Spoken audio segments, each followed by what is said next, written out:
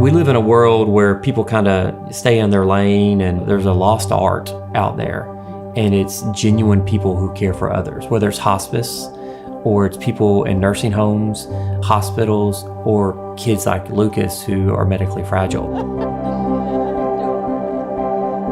Caregivers give of themselves because they sacrifice their families for other kids sometimes. And as much as the caring is for the child to get better, so much a caregiver has to do is make the family know everything's going to be okay. I am Judy Gay, and I have recently retired, but I am a nurse practitioner, and I have had a wonderful career working with children with chronic special health care needs. Judy's like the Wonder Woman of pediatrics. She has been here at the Medical Center of Central Georgia, which is now Navicent Health, for a plethora of years. I started after nursing school in the intensive care unit, which was an adult unit, and thought that's what I wanted to do. And then I worked in the operating room for about 10 years. I helped them start the dialysis unit, but then I walked into the neonatal unit and fell in love with these children.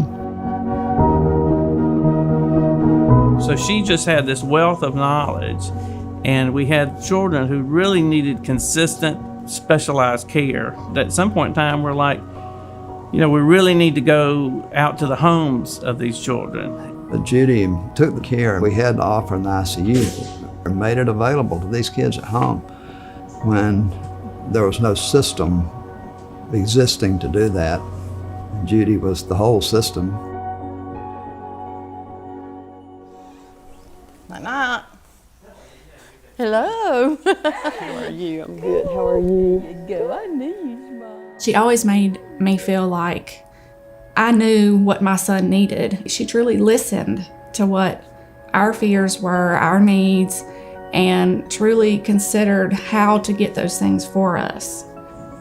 You can pretty much rest assured if we're dealing with a complex medical problem, Judy's talked to somebody at Johns Hopkins or Rainbow Babies or Boston Children's or wherever. She used every point of contact she had for Lucas. She was like, hey, you need to talk to Dr. Wilcox at Emory. I've heard about him, this and that. And because of that, we went to geneticists at Emory, and Dr. Wilcox was able to diagnose our son.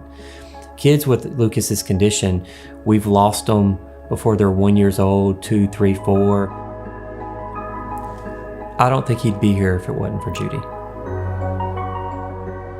There's many, many families, but there's always those special families that you just can't get out of your head because of what they've been through and the time you spent with them. We have 2 boys, Austin and Garrett Childers. Austin was diagnosed with mitochondrial disease at 12, and Garrett was diagnosed a couple of years after Austin had passed away. It was probably 17 years of sickness.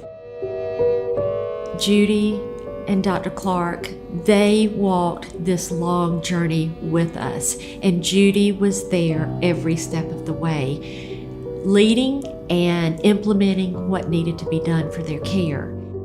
It wasn't just the care for Austin and Garrett. Judy would just sit with me and just talk about what the future looked like, what I needed to be preparing for. And nothing can prepare you for the end of life. It's very difficult to lose your 2 boys.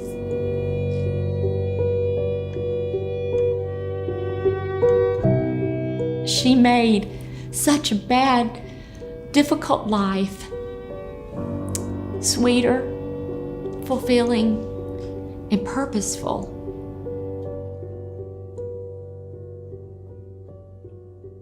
My parents raised us to live out the golden rule and the greatest commandment. And she took that to heart. From the time she was a little girl, she would save her doll for Santa that she got the previous year to show Santa how well she took care of her babies. And from that time on, she never stopped taking care of her babies. jaw-dropping amazement at how she makes it work. Really? Judy, you got all that done, and you talked to all these people and lined all this stuff up, and you've been talking to people all over the globe. And That's the thing about Judy. It's not a job. It's her why. It's her passion. I cannot imagine how many children that would see her and say, "Thank you for giving. I'm a life that was changed."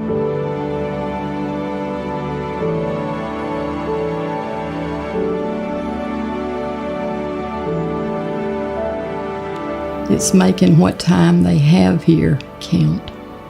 And that's the most important thing.